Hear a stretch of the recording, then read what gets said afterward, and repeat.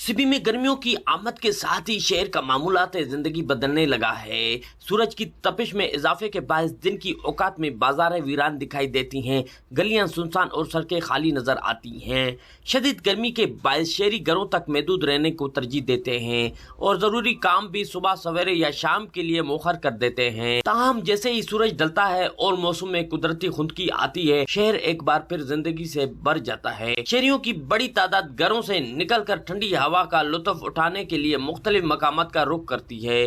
खासतौर पर fast food के स्टॉलों पर रश बढ़ जाता है, जहां नौजवानों और बच्चों की बड़ी तादाद देखने में आती है। इन स्टॉलों पर तिक्का बोटी, बारबेक्यू, चिप्स और दीगर लजीज खानों की खुशबू फिजा में फैल जाती है, जो हर किसी को अपनी जानिब मुतवज्जा करती है। शहरी न सिर्फ इन जायकेदार खानों से लुत्फ अंदोज होते हैं, बल्कि दोस्तों और अहले खाना के लिए भी अपने घरों के लिए ये यहाँ से ऑर्डर पर ले जाते हैं। जी बिस्मिल्लाहिर्रहमानिर्रहीम। जैसा कि आपको पता है कि सिबी एक गर्म तरीन इलाका है, जो कि सुबह बहुत ज़्यादा गर्मी होती है, जिसकी वजह से शहरी घरों में ही रहते हैं।